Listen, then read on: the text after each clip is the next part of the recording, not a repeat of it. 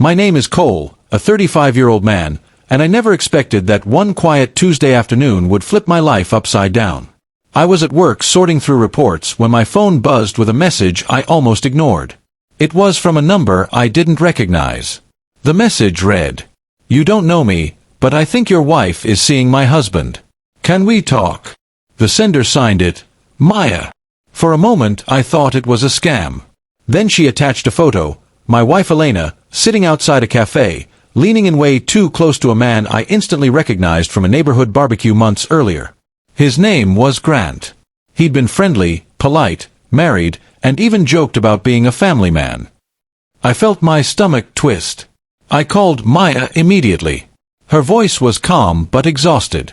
"I'm sorry to drop this on you," she said. "But I've been watching my husband act strange for weeks. Today I followed him. That's when I saw them together." As she spoke, my world shrank. I tried to remain composed, but my hands were shaking. Maya asked if I wanted to meet and talk in person. I agreed. We met at a coffee shop later that evening. Maya was soft-spoken, steady, the kind of person who didn't rush her words. She showed me more photos, Elena and Grant walking together, entering his car, sharing whispered conversations that didn't look remotely innocent. None of it was explosive, nothing physical, but the intent was clear, emotional betrayal at the very least. Maya said, "I don't want revenge. I just want the truth." I exhaled slowly. "So do I." After talking for over an hour, we came up with a plan. Not to fight, not to accuse blindly, but to confront the situation with undeniable clarity. We decided to confront them together. Not dramatically. Not violently. Just truthfully. The next day, Maya said her husband believed she was going to visit her sister. Elena thought I was working late. Instead, Maya and I drove together to Grant's office building, where both Elena and Grant were scheduled to meet for what they had called a work planning session. We waited in the parking lot. My heart hammered so loudly I could feel it in my throat. Maya looked calm, but her hands were gripping her purse tightly. Then, right on time, Grant's car pulled in. Elena stepped out of her own car a minute later. They greeted each other with that too comfortable familiarity I knew wasn't normal. Maya and I stepped out of our car at the same time. The look on their faces, stunned, pale, frozen, said everything before any of us spoke. Elena's lips parted. "Cole, what are you doing here?" Grant backed up a step when he saw Maya. This isn't what it looks like." Maya lifted her eyebrows. "Really? Because it looks exactly like the photos." Elena glared at her. "You followed us?" "No," Maya said calmly. "I followed my husband. You were just part of the picture. I didn't raise my voice. I didn't ask for excuses. I simply said, 'Elena, are you going to tell the truth or not?' Her eyes darted everywhere except at me. "We were just talking." "It's nothing." "That's not nothing," Maya said. "Secret meetings. Hiding. Whispering. Lies. That's something."